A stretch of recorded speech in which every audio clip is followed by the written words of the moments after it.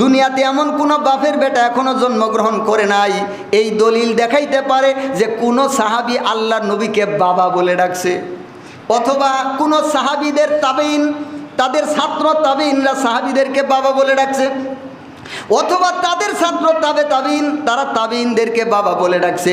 ইসলামের মধ্যে বাবা ডাকা, উস্তাদকে, পীরকে, মুর্শিদকে বাবা ডাকার কোনো সিস্টেম ইসলামের মধ্যে নাই। এটা আছে দুইটা ধর্মের মধ্যে, একটা আছে হিন্দু ধর্মের মধ্যে, আরেকটা হচ্ছে খ্রিস্টান ধর্মের মধ্যে। খ্রিস্টানদের যে ধর্মগুরু আছে ওরা ওকে ফাদার বলে, আর ফাদার মানে কি? বাপ, বাবা। আর হিন্দুদের মধ্যে আছে লোকনাথ বাবা, আছে না নাই? হিন্দুদের মধ্যে বাবা ডাকার সিরিয়াল আছে, আর খ্রিস্টানদের মধ্যে আছে।